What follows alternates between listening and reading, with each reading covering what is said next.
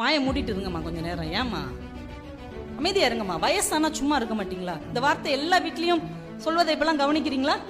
வயசானா அமைதியா இருக்க மாட்டீங்களா? ஏன் அம்மாவுக்கு இப்பதான் வயசாகுதா? நீ பிறக்கும் போதே அவங்களுக்கு 20 வயசுக்கு மேல ஆயிடுச்சுல்ல. ஏன் இப்ப உனக்கு வயசாகுதுன்னு தெரியுது தெரியுமா? இனிமே அவங்களால பிரயோஜனம் இல்லை. எப்ப அம்மா அப்பாவால நமக்கு பிரயோஜனம் இல்லை என்று தெரிகிறதோ அப்ப பிள்ளைகள் சொல்லுகிறார்கள், வயசானா கொஞ்சம் அமைதியா இருங்களேன், சத்தம் இல்லாம இருக்க மாட்டீங்களா? ஏன் நீங்க பிரச்சனை பண்றீங்க?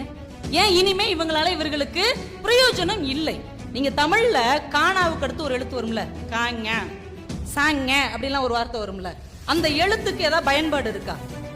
சங்கு, இங்கு, மங்கு, அந்த இங்கு தான் நிறைய பயன்படுத்தப்படும். அங்கனம், எங்கனம் அப்படின்னு சொல்லும்போது அந்த ஞாவுக்கு ஒரு இடம் இருக்கும். அதுக்கப்புறம் வர்ற ஞாங்க அப்படிலாம் இருக்குல்ல, அதை எங்கேயாவது பயன்படுத்தி நீங்க பார்த்துருக்கீங்களா? அதுக்கு ஏதாவது பயன் இருக்கா?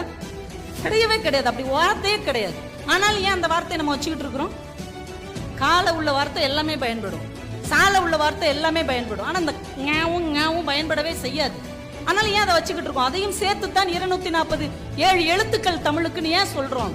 வீட்டுல ஒருத்தங்களால பயன் இருக்கும், ஒருத்தங்களால பயன் இருக்காது. இருந்தாலும் இவர்கள் எல்லாரும் சேர்ந்ததுதான் நம்முடைய குடும்பம் என்பதை நாம் உணர்ந்து கொள்ள வேண்டும் என்பதற்காகத்தான் நம்ம மொழி கூட பயன்பாடே இல்லாட்டாலும் அந்த எழுத்துக்களை இழுத்துக்கிட்டே அழையும். பயன்பாடு இழுத்துக்கு எரிஞ்சிட முடியுமா? அப்பெல்லாம் எரிய முடியாது. அவங்க நம்மளோட சேர்ந்தவர்கள்.